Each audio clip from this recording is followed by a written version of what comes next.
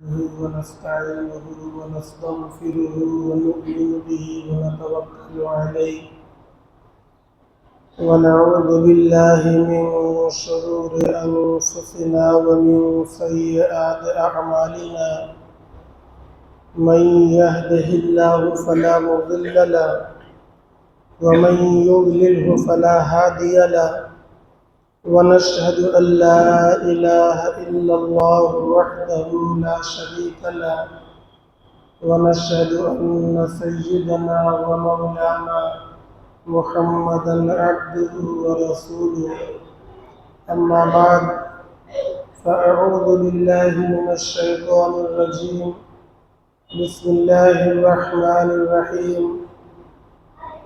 قال الله تبارك وتعالى لن تنالوا البر حتى تنفقوا مما تحبون صدق الله العلي العظيم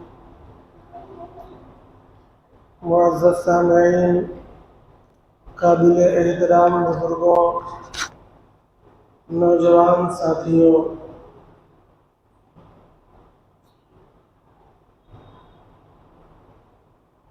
بدنی عبادت کے ساتھ ساتھ انسانوں کی خدمت کرنا بھی، اللہ کے ہر مخلوق کی خدمت کرنا بھی بہت بڑی عبادت اور اجر و ثواب کا کام بتایا گیا ہے۔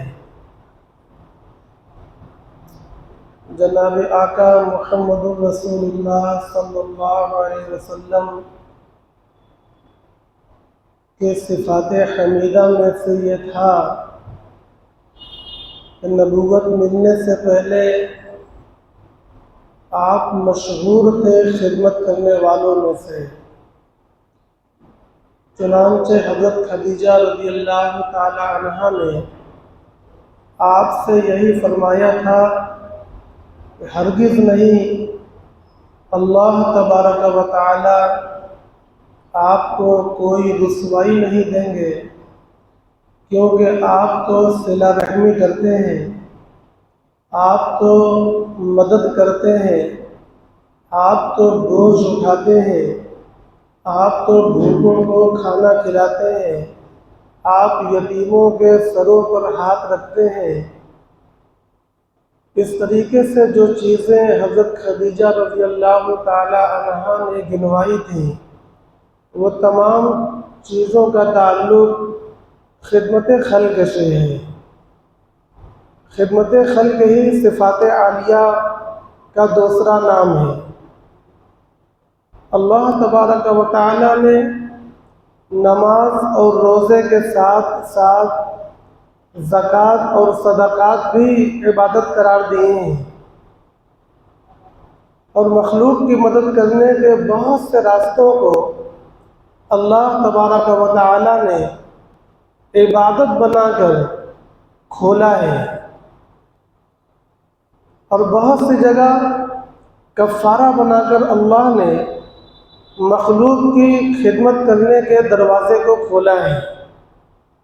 عبادت بنا کر مثلا زکوٰۃ اللہ نے فرض کی، یہ بندوں کی خدمت کرنے کے لیے۔ صدقۃ الفطر کو اللہ نے واجب قرار دیا بندوں کی خدمت کرنے کے لیے۔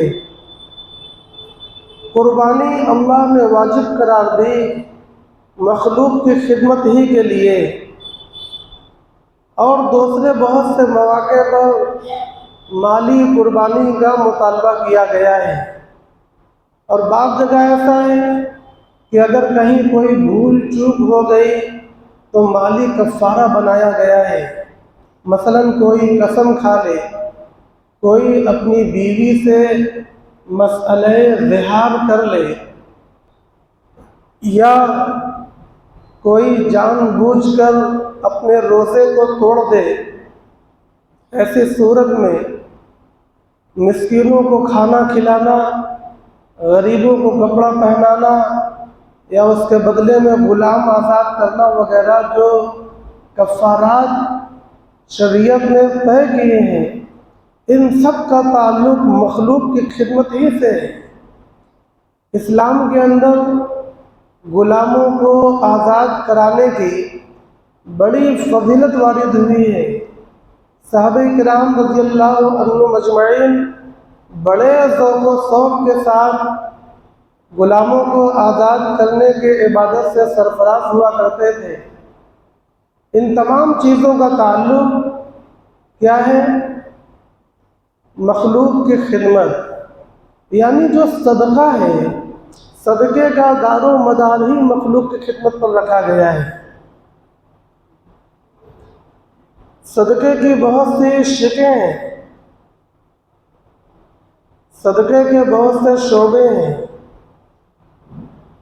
ان شعبوں میں ایک مضبوط ترین شعبہ وقف کہلاتا ہے۔ میں نے خطبے کے اندر جو آیت پڑھی ہے اس کا تعلق انہی صدقات اور اوقاف سے ہے۔ چوتھا پارہ یہیں تو شروع ہوتا ہے، لن تنالوا البر حتى تنفقوا مما تحبون، جس کا ترجمہ یہ ہے، اللہ تبارک و تعالی فرماتے ہیں ہرگز تم حاصل نہیں کر پاؤ گے نیکی یہاں تک کہ تم خرچ کرو اس چیز کو جس کو تم پسند کرتے ہو، جس کو تم محبوب رکھتے ہو، جو تمہاری بہت پسندیدہ چیز، مرغوب شے ہے۔ جب تک تم اس کو خرچ نہ کرو تم اجر و ثواب حاصل نہیں کر سکتے۔ بر کا معنی اجر و ثواب ہوا کرتا ہے۔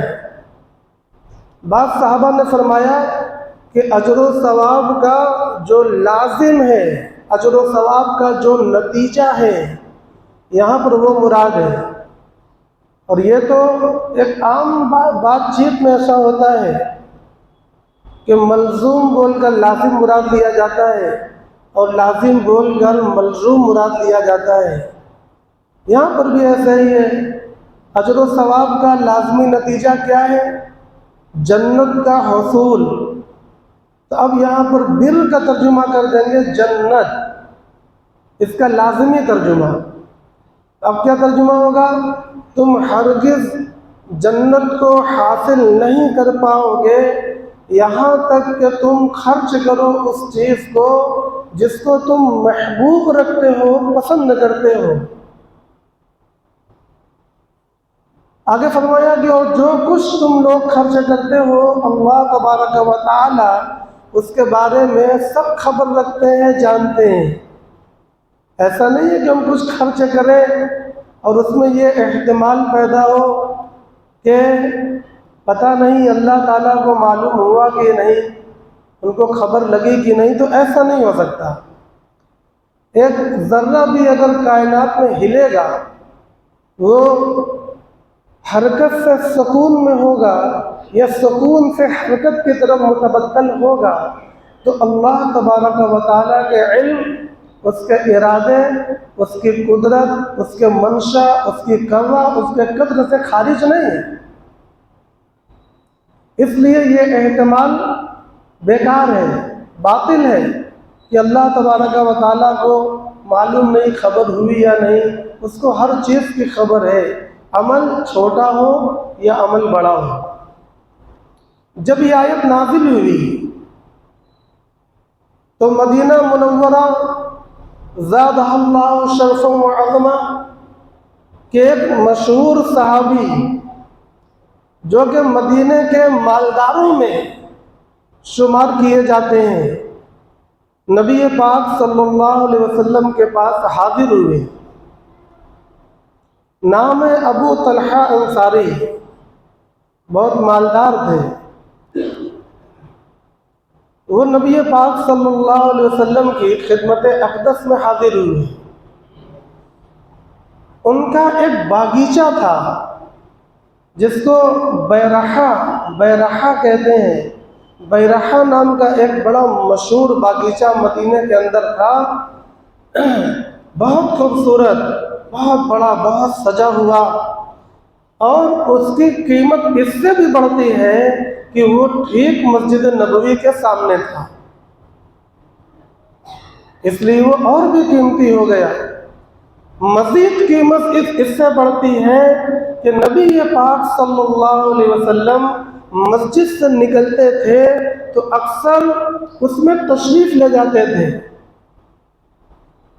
اور اس میں کا ٹھنڈا میٹھا پانی نوش فرماتے، اس کے پھل اور کھجور کو رسول اللہ صلی اللہ علیہ وسلم تناول فرماتے۔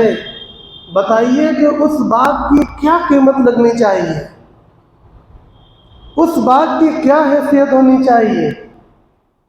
وہ انمول ہے، اس کی قیمت کا اندازہ نہیں لگایا جا سکتا۔ حضرت ابو طلحہ انصاری رضی اللہ تعالی عنہ کو وہ باغیچہ بہت پسند تھا۔ جب یہ آیت نازل ہوئی تو یہ صحابی اللہ کے نبی صلی اللہ علیہ وسلم کی خدمت اقدس میں تشریف لے گئے اور فرمایا کہ یا رسول اللہ، مجھے معلوم پڑا ہے کہ یہ آیت نازل ہوئی ہے لن تنالوا البر حتى تنفقوا مما تحبون۔ فرمایا جی ہاں، کیا اللہ کے رسول، میرا سب سے پسندیدہ مال یہ باغ بہ رہا ہے، میں یہ چاہتا ہوں کہ اللہ کے راستے میں اس کو خرچ کر کے یہ بر اور جنت کو حاصل کر لوں، لہذا اس کو آپ اپنے پاس رکھ لیجئے، اور جہاں پر اللہ تبارک و تعالیٰ آپ کے دل و دماغ میں ڈالیں وہاں آپ اس کو صرف فرما دیجئے، خرچ فرما دیجئے۔ اللہ کے نبی صلی اللہ علیہ وسلم خوش ہو گئے، فرمایا بخ بخ، ھذا مال رابح، ھذا مال رابح۔ فرمایا واہ واہ، یہ تو بہت نفع بخش مال ہے، یہ تو بہت مفید ترین مال ہے۔ اور کہنے لگے کہ ابو طلحہ ایسا کرو کہ تم اس کو اپنے رشتہ داروں میں تقسیم کر دو۔ چنانچہ ابو طلحہ انصاری رضی اللہ تعالیٰ عنہ نے اللہ کی رضا حاصل کرنے کے لیے بر یعنی اجر و ثواب اور جنت کو حاصل کرنے کے لیے اللہ کے نبی صلی اللہ علیہ وسلم کے مشورے سے اس قیمتی باغ کو اپنے رشتہ داروں میں تقسیم کر دیا۔ یہ صرف باغ کی تقسیم نہیں ہے، یہ اپنی جان کی تقسیم ہے، اپنے دل کے ٹکڑے کر کے تقسیم ہے، جس میں پیغمبر وقت آیا کرتے ہیں، جس میں خاتم النبیین آ رہے ہیں، جس میں سید المرسلین تشریف لا رہے ہیں۔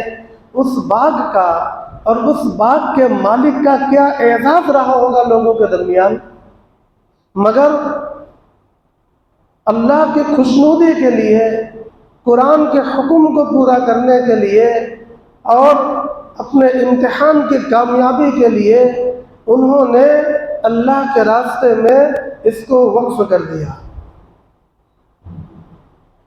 حضرت عمر رضی اللہ تعالیٰ عنہ کو خیبر میں ایک زمین حاصل ہوئی، ایک زمین، ایک جائیداد۔ حضرت عمر رضی اللہ تعالیٰ عنہ فرماتے ہیں کہ مجھے اپنی زندگی میں اس سے قیمتی جائیداد کبھی حاصل نہیں ہوئی، وہ مجھ کو سب سے زیادہ محبوب اور سب سے زیادہ مرغوب تھی۔ وہ بھی اللہ کے نبی صلی اللہ علیہ وسلم کی خدمت اقدس میں تشریف لے گئے اور کہنے لگے یا رسول اللہ، مال غنیمت میں مجھے خیبر کی فلاں زمین حاصل ہوئی ہے اور وہ میری زندگی کی سب سے قیمتی زمین ہے، میں اس کو اللہ کے راستے میں کار خیر میں استعمال کرنا چاہتا ہوں۔ اللہ کے نبی صلی اللہ علیہ وسلم نے فرمایا حبس الاصل وسبل الثمر، فرمایا کہ ٹھیک ہے، تم اس کے اصل کو اپنے پاس روک رکھو اور اس کے منافع کو تم اللہ کے راستے میں خرچ کر دو، اسی کو ہم لوگ فقہ کی زبان میں وقف کہتے ہیں، یعنی اصل ایسی حال پر ہو جائے کہ نہ اس کی خرید و فروخت ہو سکے، نہ اس کو ہبہ اور عاریتاً کسی کو دیا جا سکے، اور نہ اس میں میراث جاری کی جا سکے، ایسی ہی چیز کو ہم لوگ وقف کہتے ہیں۔ اللہ کے نبی صلی اللہ علیہ وسلم نے حضرت عمر رضی اللہ تعالیٰ عنہ کو یہی مشورہ دیا کہ تم اسے وقف کر دو۔ چنانچہ حضرت عمر رضی اللہ تعالیٰ عنہ نے اسے وقف فرما دیا۔ حضرت عمر کے صاحبزادے عبداللہ، ان کو ایک باندی کہیں سے حاصل ہوئی۔ وہ فرماتے ہیں کہ اتنی خوبصورت، اتنی سلیقے والی باندی کہ مجھے اپنی زندگی کے تمام سامانوں میں وہ سب سے زیادہ قیمتی اور اچھی معلوم ہو رہی ہے۔ لیکن اسی آیت کے تحت انہوں نے اپنی اس قیمتی باندی کو اللہ کے راستے میں آزاد کر دیا، اور فرمایا کہ اگر زندگی میں نے اللہ کے راستے میں دی ہوئی کسی چیز میں رجوع کر لیا تو اس باندی میں رجوع کروں گا اور اس سے نکاح کر لوں گا۔ یعنی اگر ایسا ہوا کہ کبھی مجھے رجوع کرنا پڑا تو اس باندی کو میں دوبارہ حاصل کر لوں گا، لیکن کبھی ایسا ہوا نہیں۔ کہنے کا مقصد یہ ہے کہ صحابہ کرام رضی اللہ عنہم اجمعین کے شوق اور جذبے کو دیکھیے۔ وقف کرنا یہ صدقہ کی ہی ایک قسم ہے، مگر دونوں میں فرق ہے۔ پہلے اس فرق کو سمجھیں، تب اصل مسئلے پر گفتگو کی جائے گی۔ صدقہ کسے کہتے ہیں؟ کسی کو ہم نے کچھ دیا یا چند لوگوں کو ہم نے کچھ دیا، مال ہے، کھانا ہے، کپڑا ہے، یا کوئی ساز و سامان ہے، اور صدقہ کر دیا، تو اس صدقے سے وہی لوگ نفع اٹھا سکتے ہیں جن کو دیا گیا، اور چند دن، جب تک راشن چلیں گے اتنے دن، جب تک کپڑا چلے گا اتنے دن، اس کے بعد وہ ختم اور کہانی ختم۔ آدمی بھی محدود ہے اور ثواب یہ بھی محدود ہے، یہ صدقہ ہے۔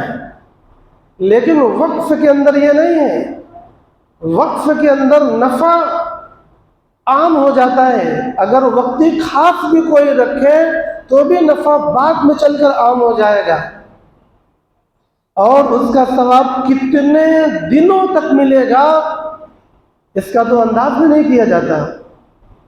مثلا ایک آدمی نے وقف کیا، آپ یہ مانو کہ اپنی خاندان پر وقف کیا، کسی بلڈنگ کو، کہ میری خاندان کے لوگ اس سے نفع اٹھائیں گے۔ اب وہ بلڈنگ کبھی بیچی نہیں جا سکتی،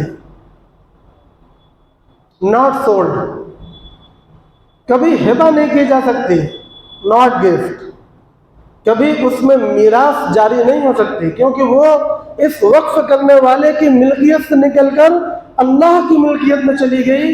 اللہ کی ملکیت میں میراث کیسے جاری ہو گئی؟ وہ حی القیوم ہے، کوئی مرے تب تو میراث جاری ہو،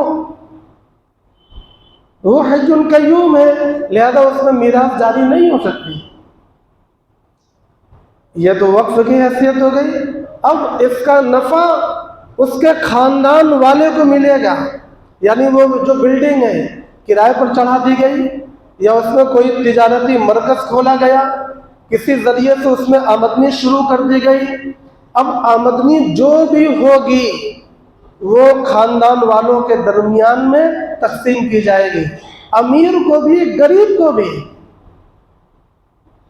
کوئی تخصیص نہیں ہے۔ ہاں اگر شرط لگا دے کہ خاندان کے غریبوں کو دیا جائے گا تو صرف غریب ہو جائیں گے، اور اگر شرط نہ لگائے تو امیر بھی اس سے نفع اٹھائے گا اور غریب بھی اس سے نفع اٹھائے گا۔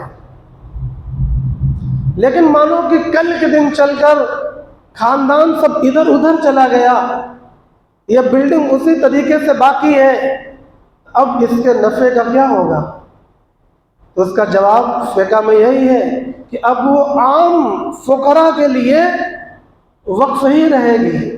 عام فقراء، عام غریب، عام یتیم، عام بیوہ، چاہے اس کے خاندان کی ہو یا نہ ہو، وہ اس سے نفع حاصل کریں گے۔ اسی طرح کوئی شخص اپنے لڑکے کے اوپر کوئی جائیداد وقف کر دے تو جب تک اس کا لڑکا باحیات ہے اس کا لڑکا اس سے نفع اٹھائے گا، اور جب اس کا لڑکا انتقال کر جائے تو اب اس بلڈنگ کا کیا ہوگا، اس کے نفع کا کیا ہوگا؟ اسی کو میں سمجھا رہا ہوں کہ یہ وقف ختم نہیں ہوگا، بلکہ اب عام غربا کو، عام فقراء کو اس کا نفع ملنا شروع ہو جائے گا۔ اصل کو باقی رکھ کر اس کے منافع کو عام کرنا، اور صدقے میں کیا ہوتا ہے، اصل بھی فنا اور منافع کا بھی وقت لمیٹڈ۔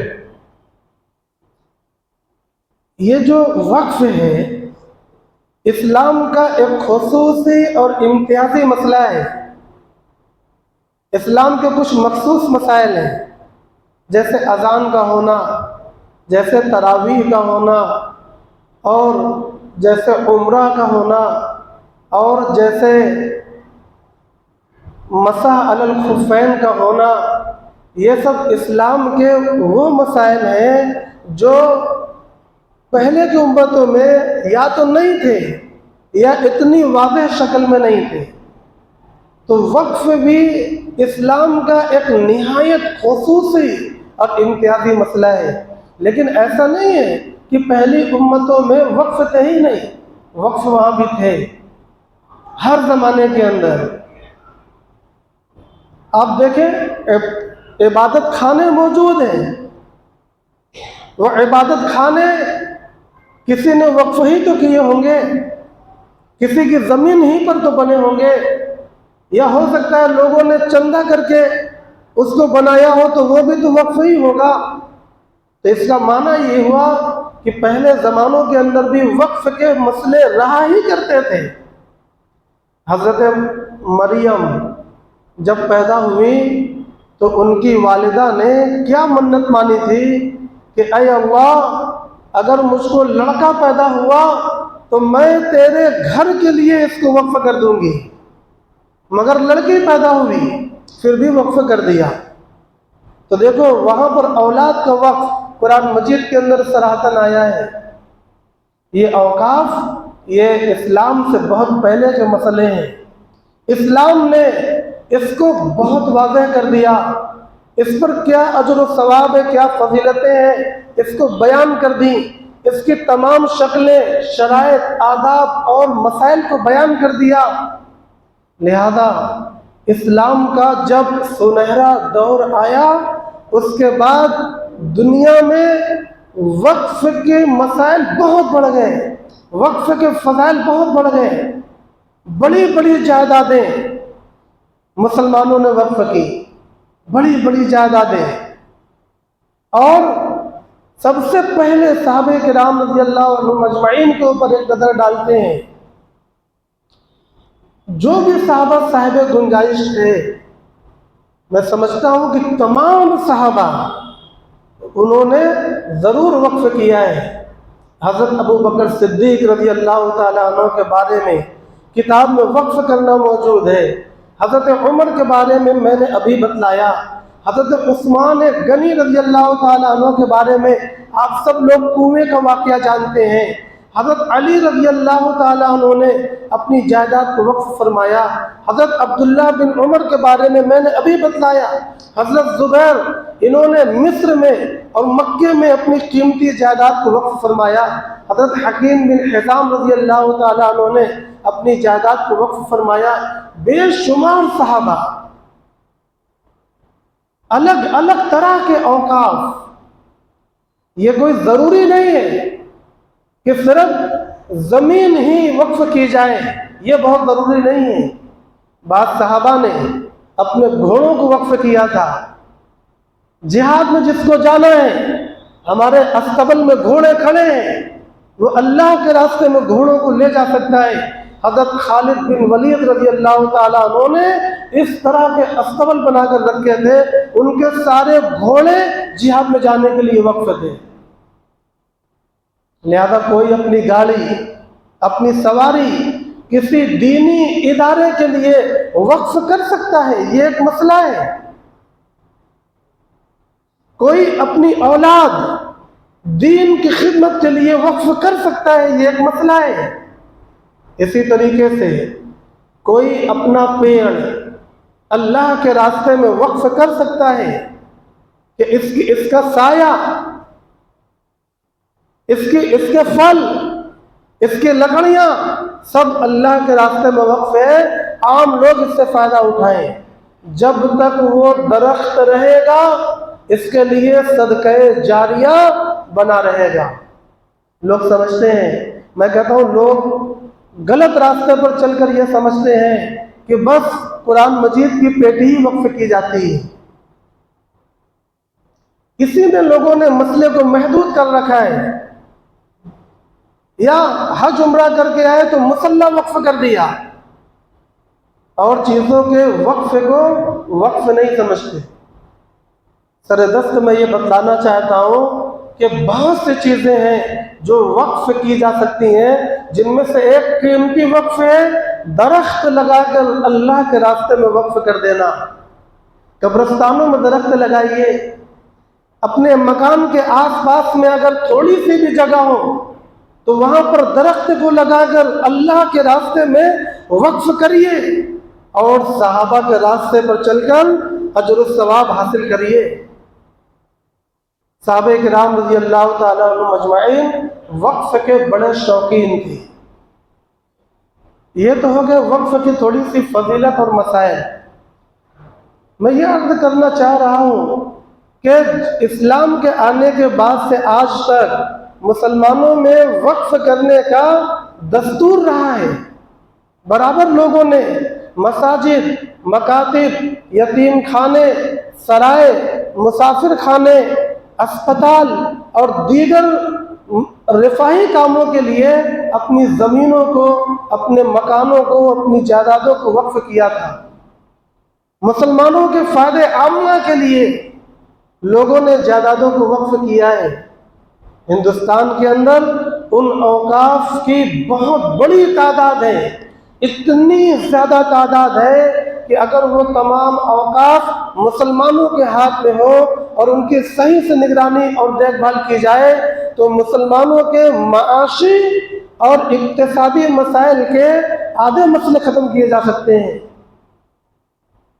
مگر ہمیشہ جب انگریز آیا تب بھی اس نے سب سے پہلے مسلمانوں کے اوقاف پر قبضہ کیا، مسلمانوں کے اوقاف کو اس نے ہڑپا۔ جنگ آزادی سے پہلے مسلم اوقاف کے لیے مقدمے چلائے گئے اور مسلمانوں کے اوقاف کو بحال کرایا گیا۔ ملک آزاد ہوا، آزاد ہوتے ہی مسلم اوقاف کی نگرانی اور حفاظت کے لیے قانون بنائے گئے، یہاں تک کہ وہ قانون بنتے بناتے، اصلاح کرتے کراتے آخری بار 2013 میں قانون بنا، جس سے مسلم اوقاف بہت درجے تک محفوظ ہو گئے۔ مگر آج کا برسر اقتدار طبقہ ہمارے وقف ایکٹ 2013 میں ترمیم کرنا چاہ رہا ہے۔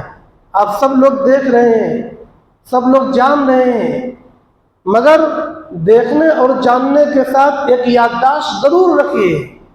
وہ یادداشت یہ کہ جس چیز میں بھی اس طبقے نے ترمیم کیا ہے، تبدیل کیا ہے، تو ہمیں کچھ دینے کے لیے نہیں بلکہ ہم سے چھیننے اور بے ایمانی کرنے کے لیے کیا ہے۔ مسجدوں کو آپ دیکھ رہے ہیں، موجودہ مسجد کو بھی آپ دیکھ رہے ہیں، مدارس کے حال آپ دیکھ رہے ہیں، یتیم خانوں پر تالے پڑے ہوئے آپ دیکھ رہے ہیں، طلاق کے مسئلے میں بالکل غلط اور باطل ترمیم آپ دیکھ رہے ہیں۔ یہ تمام جو مسائل میں حکومت نے ترمیم کرنے کی کوشش کی، ہمیں کچھ دینے کے لیے نہیں ہم کو جھانسا دیا جاتا ہے، جھوٹ بولا جاتا ہے، مگر در حقیقت وہ ترمیمات ہمارے مسائل کو بگاڑنے کے لیے اور ہمارے یقینی تحفظ کو ختم کرنے کے لیے کیے جاتے ہیں۔ آج اگر یہ حکومت اس 2013 کے ایکٹ کو تبدیل کر دے تو معلوم ہے کیا ہوگا؟ یہ جو جائیدادیں جن کا تحفظ آج مسلم کمیٹیوں کے ہاتھ میں ہے، ان کے اختیار سے نکل جائے گا۔ 2013 کا قانون کل عدم ہو کر رہ جائے گا اور اس کی حفاظت غیر یقینی ہو جائے گی، پھر غیروں کا قبضہ اس کے اوپر بڑا آسان ہو جائے گا۔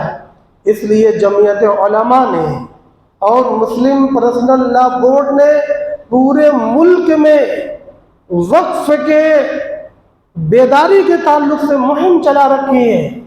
ہر جگہ میں سمجھتا ہوں آج یہی بیان کیا جا رہا ہوگا کہ وقف کیا ہوتا ہے، وقف کیوں ہوتا ہے، اور وقف کی حفاظت یہ قوم مسلمہ کی فریضہ اور ذمہ داری ہے۔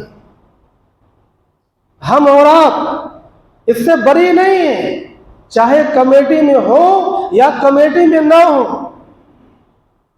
ہر آدمی اللہ کی ان ملکیتوں کی حفاظت کا ذمہ دار ہے۔ یہ کوئی دلیل والے مسئلے نہیں ہیں کہ مجھے 4-8 دلائل لا کر ثابت کرنے پڑیں گے۔ جب ہر آدمی اللہ کا خلیفہ ہے تو پھر اللہ کی جو میراثیں ہیں ہر آدمی اس کی حفاظت کا نگہبان اور ذمہ دار ہے۔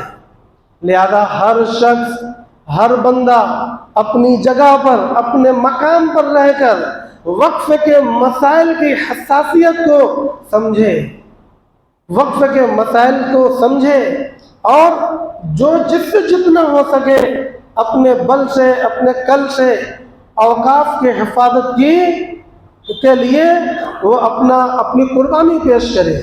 ایک تو یہ ہے کہ حکومت کے ہاتھوں سے ہمیں اوقاف ایکٹ کی حفاظت کرنا ہے، اس کے لیے الحمدللہ ہمارے اکابر لگے ہوئے ہیں۔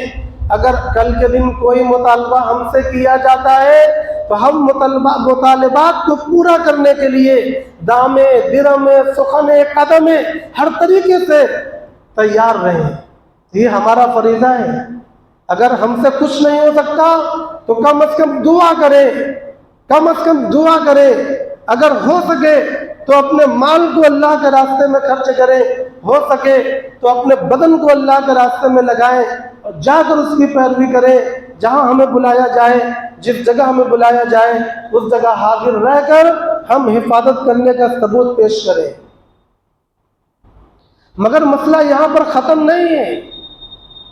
دشمنوں سے تو ہمیں شکایت ہے ہی، وہ تو ہے ہی دشمن۔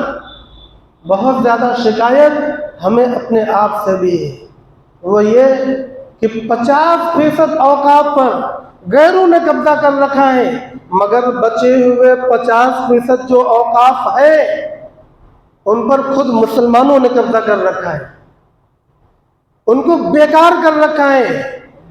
جو چیزیں مسلمانوں کو فائدہ پہنچانی چاہیے تھیں ان سے مسلمانوں کے مال کو، مسلمانوں کی جانوں کو، مسلمانوں کے دین کو، مسلمانوں کے ایمان کو نقصان پہنچایا جا رہا ہے۔ اس سے حاصل ہونے والی آمدنی جو غریبوں پر، فقیروں پر، یتیموں پر، بیواؤں پر خرچ کرنا واجب تھا، اس کو بے ایمانی کے طور پر امراء اور مالدار لوگ، فاسق و فجار لوگ کھا رہے ہیں۔ بڑی بڑی بلڈنگوں پر، بڑی بڑی جگہوں پر جہاں تعلیمی ادارے چلائے جا سکتے ہیں، جہاں پر لوگوں کے علاج اور معالجے کے لیے معقول انتظام کیا جا سکتا ہے، وہاں پر کوئی نہ کوئی قبضہ کر کے بیٹھا ہے اور اس کو چھوڑنے کے لیے تیار نہیں ہے۔ یہ ہمارے معاشرے کے حالات ہیں۔ ہمیں غیروں سے اتنی شکایت نہیں ہے جتنی شکایت ہمیں اپنے آپ سے ہے۔ ہم ان کو بعد میں سمجھا سکتے ہیں مگر اپنے آپ کو تو پہلے سمجھا سکتے ہیں۔ آپ ذرا نظر اٹھا کر دیکھیں ہمارے آس پاس میں وقف کی کتنی جائیدادیں موجود ہیں، مگر اس سے امت مسلمہ کو جو فائدہ پہنچنا چاہیے کیا کوئی کھڑا ہو کر کہہ سکتا ہے کہ ہاں واقعی فائدہ پہنچ رہا ہے؟ کسی کی جرات نہیں ہوگی، کسی کی مجال نہیں ہوگی۔ ہاں نقصان پہ نقصان پہنچایا جا رہا ہے، وہ جو مراکز سے منافع کے اس کو مضرت رسو بنا دیا گیا ہے۔ آج ہماری بچیاں، ہمارے بچے ان اداروں سے نقصان اٹھا رہے ہیں۔ اگر کوئی شریف ہے تو کم از کم یہ ہو رہا ہے کہ اس کا وقت وہاں پر جا کر برباد ہو رہا ہے۔ کوئی نظام نہیں ہے، کوئی معیار نہیں ہے، اس کی کوئی پہچان نہیں ہے، وہ تباہ و برباد بنا ہوا ہے، بربادی کی مثال بنا ہوا ہے۔ ایسے ادارے، ایسی جگہ ہمارے پاس ہیں، وہ کیا ہے؟ وقف ہیں، کسی کی زیر نگرانی ہے۔ بہت سی جگہوں پر کرایہ داروں نے قبضہ کر رکھا ہے، چھوڑنے کے لیے آمادہ نہیں۔ اس کے کرائے جو 1000-2000 کی شکل میں ہونے چاہیے، 10-20 روپے اس کے کرائے دیے جاتے ہیں۔ یہ ظلم ہے، اللہ تبارک و تعالیٰ کے یہاں ظلم ہے۔ آپ جانتے ہیں کہ آج کے وقت میں اس کی قیمت اتنی ہونی چاہیے، مگر استبداداً اس پر قبضہ کر کے بیٹھے ہوئے ہیں۔ یا تو اس کا کرایہ نہیں دے رہے، یا اس کا کرایہ دے رہے ہیں تو اتنی معمولی شکل میں دے رہے ہیں کہ اس سے آج کی تاریخ میں نمک کی پیکٹ بھی نہیں خریدی جا سکتی۔ اس ظلم کا حساب دینا ہوگا۔ جو لوگ بھی اس میں ملوث ہیں، ہر ایک کو حساب دینا ہوگا۔ تو جہاں پر ہمیں حکومت سے اوقاف کی حفاظت کرنا ہے، میں اپنے تمام مسلمان بھائیوں سے، اپنے بڑوں سے یہ اپیل کرنا چاہتا ہوں کہ جو اوقاف ہمارے آس پاس میں موجود ہیں، ہمارے ہاتھوں میں موجود ہیں، خدا کے واسطے ان اوقاف کو زندہ کریں، ان کو صحیح شکل دے، صحیح ہاتھوں میں پہنچا کر صحیح نظام قائم کر کے اس کو زندگی بخش دیں، تاکہ اللہ کی مخلوق اس سے فائدہ حاصل کر سکے۔ وآخر دعوانا ان الحمد للہ رب العالمین۔